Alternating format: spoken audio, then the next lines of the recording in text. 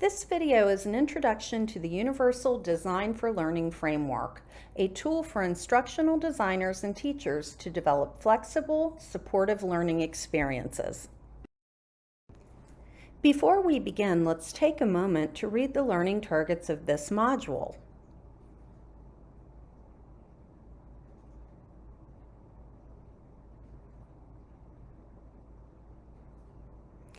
And the success criteria, what you'll be able to do with your new learning.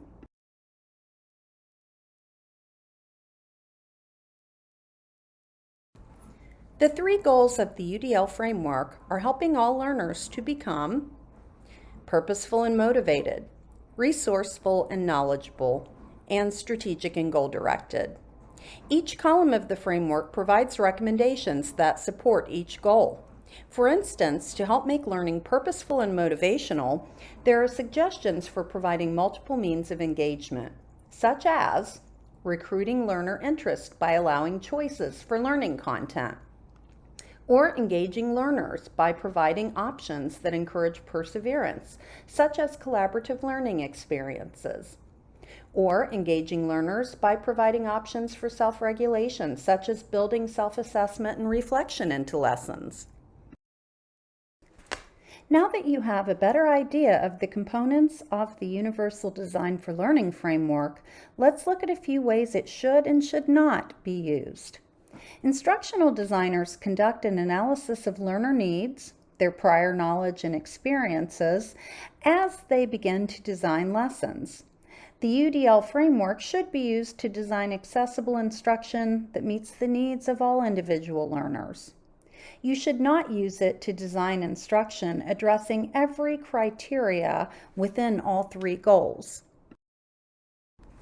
For example, if your learner analysis reveals one of the students is an emerging English language learner, you should consider how your lesson provides multiple means of representation. You could decide to pre-teach vocabulary, and you could also provide visual representation of learning along with textual descriptions. You may also find the Universal Design for Learning framework useful for reviewing existing lesson plans for their accessibility.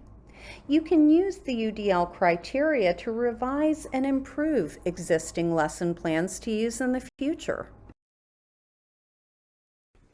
A helpful analogy for understanding the UDL framework is comparing instructional design to building design. The Americans with Disabilities Act became law in 1990. In order for public spaces to comply with the requirements of the ADA, many older buildings were retrofitted to accommodate people of all abilities. On the other hand, modern buildings have been designed to accommodate all people.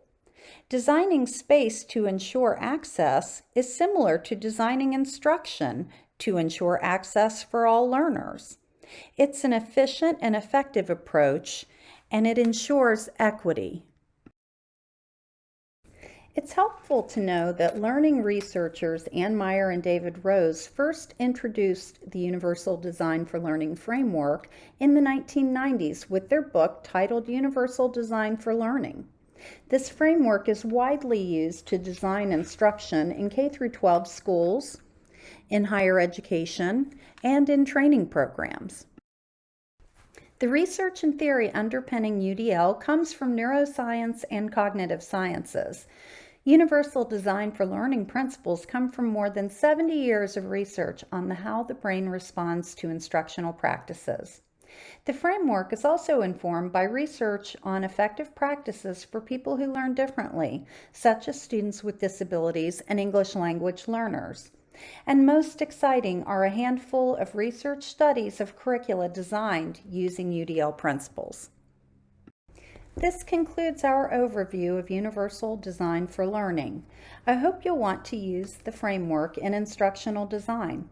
For extensive resources on using UDL, go to the CAST website. Thank you for watching.